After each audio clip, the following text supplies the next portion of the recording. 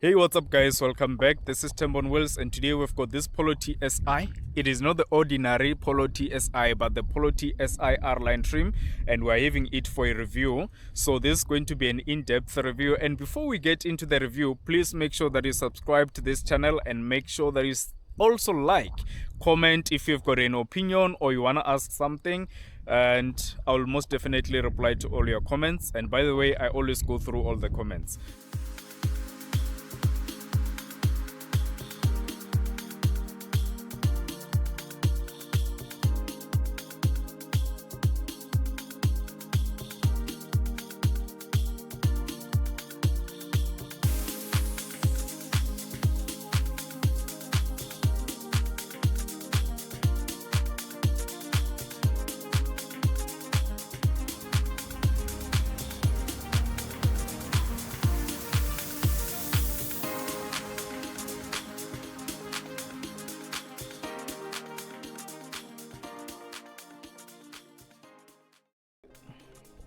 So starting off with the front design, I'm quite happy with a lot of things here. There is actually nothing to really complain about.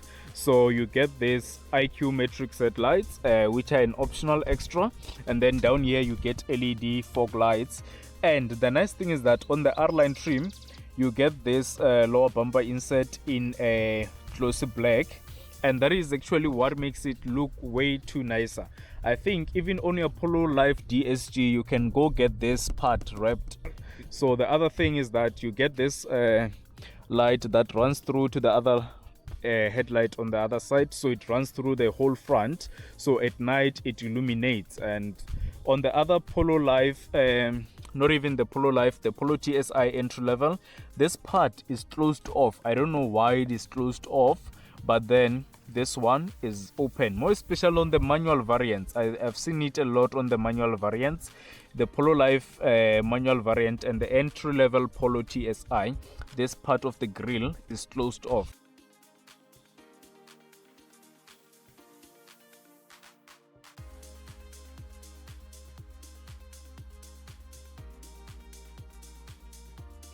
The car is riding on 17 inches yoke alloys. These are the nicest wheels that I've ever seen on a Polo TSI. Not really the nicest of them all, but I really prefer this one. They are quite new in the market and they've been, I think, introduced this year or maybe late last year. They look absolutely nice on this vehicle. And then coming over here, you get this R-Line badge on the fender. So if there's one thing that I think VW forgot to do, was to wrap this part in a glossy black material, because that was going to give this side profile a popping appearance. It was going to actually sort of like complement the glossy black that you get on these rims on this part. So I think they forgot to do that, because as much as they did it in front, they could have done it on the side profile as well. So if there's one thing that I can actually recommend that you do when you're buying this kind of cars, is to not forget to put the tint. So the one that you're seeing here is 35%, which is the lowest you can go. And if you go darker than this, it is actually illegal. You can be fined. Now coming to the back design, it is still a Polo, but there's two things that I think we're going to make a huge difference on this car. Had this car came with real exhaust pipes, it was going to make a huge difference even with sales over the Hyundai i20 N-Line. Although it is still leading in terms of sales, but it was going to perform very well. And the other thing is that where we get the Polo signature under the VW logo, we're supposed to at least get an R-Line badge, same as in the Polo GTI. Coming to the interior of the Polo TSI R-Line, so I'm just gonna show you a couple of things that are different from the ordinary Polo TSI. So you get the same design of the steering wheel, so there's not much that is different. It is leather wrapped, flat bottom, and then the difference is that you get this R-Line badging on the steering wheel.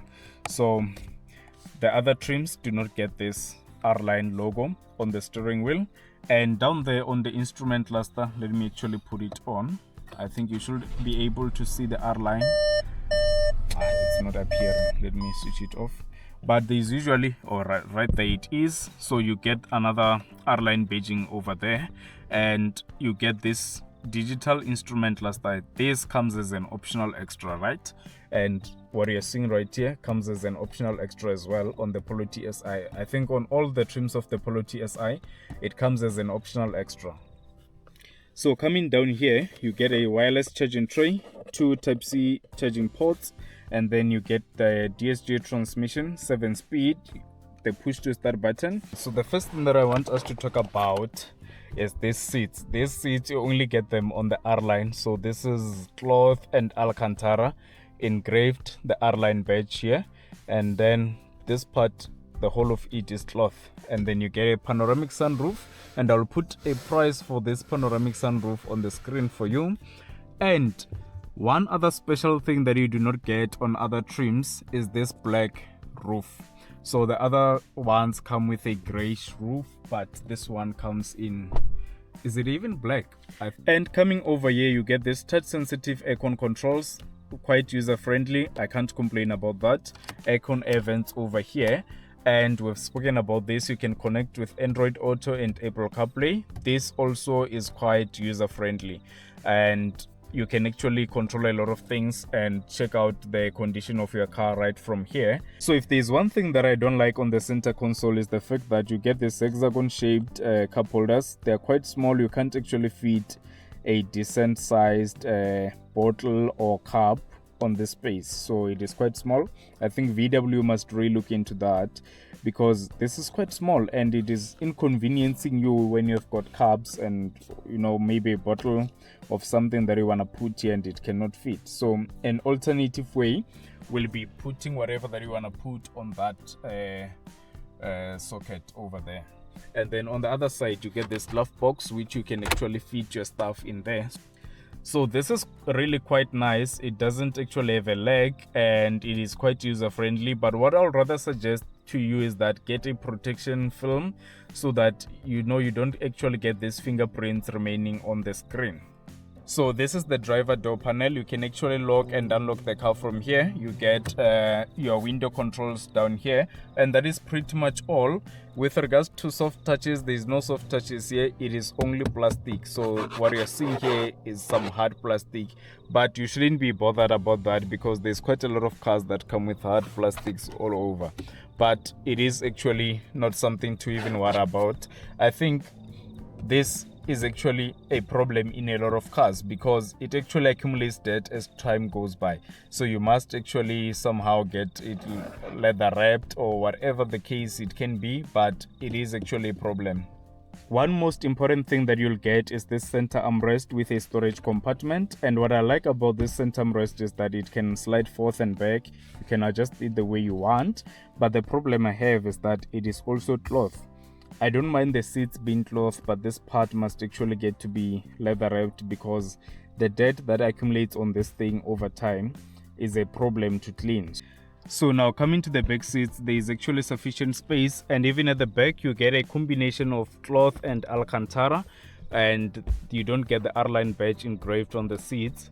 You get ISOFIX points down here, and the transmission tunnel is quite big. I don't think it will actually give someone sitting in the metal a comfortable sitting position. And one other thing that I've noticed is that all Polo TSIs do not come with the center armrest with cup holders. You only get this. It is flat and there is no option for that. It doesn't even come as an optional extra. So the other thing that you need to note is that you get 2 USB Type-C charging ports down here, and I don't think this is an optional extra. It shouldn't be because why would this be an optional extra? But I don't think it is. It actually comes as standard. Even in the Polo R-Line, the boot capacity is 351 liters, and that is actually sufficient for day-to-day use. Now, there is actually some of those features that you need in a car. For example, stuff like a reverse camera. So it doesn't come as standard even in the Polo R-Line, so it comes as an optional extra. And alone, a reverse camera will cost you 5,300 rands if you are to opt to get a reverse camera alone.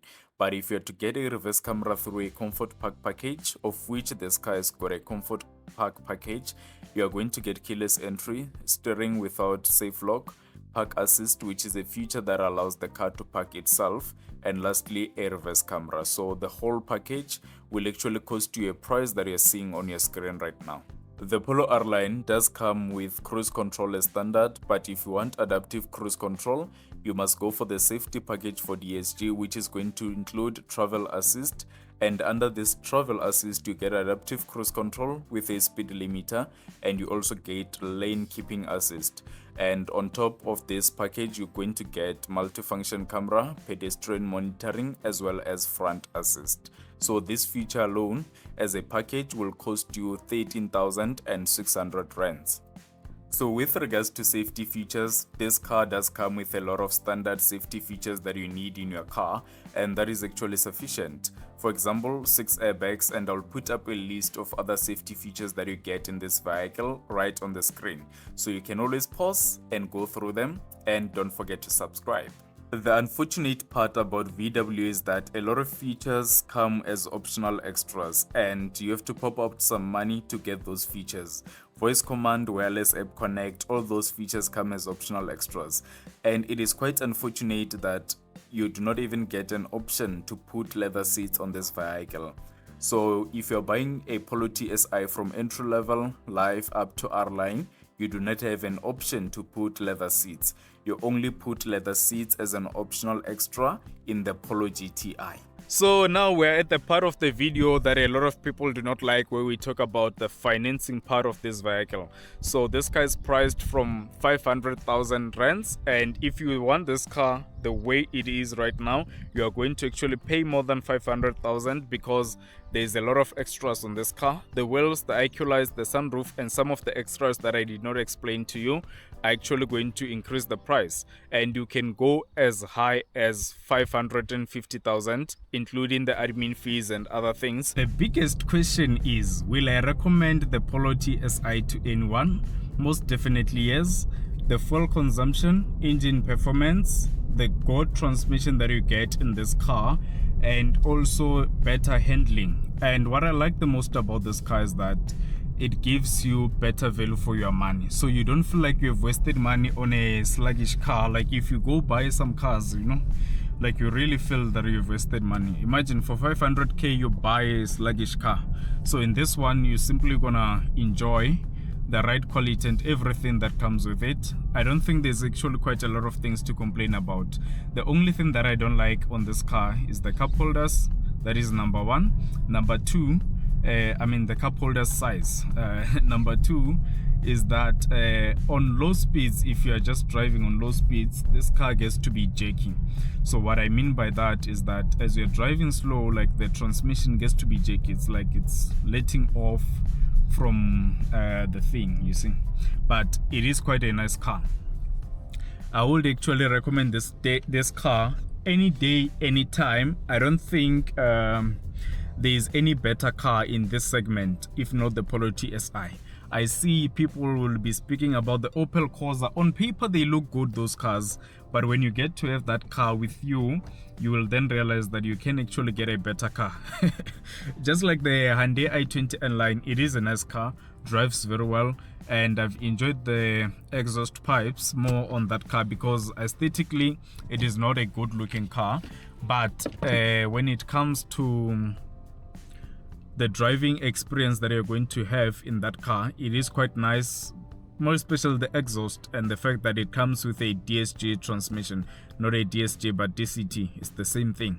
So that is the nice part about the car. But the other things like the looks of the car, the interior, no, it's a no for me. So the Polo TSI, it is one of the best that you can buy in the market right now, and I would actually recommend it for anyone.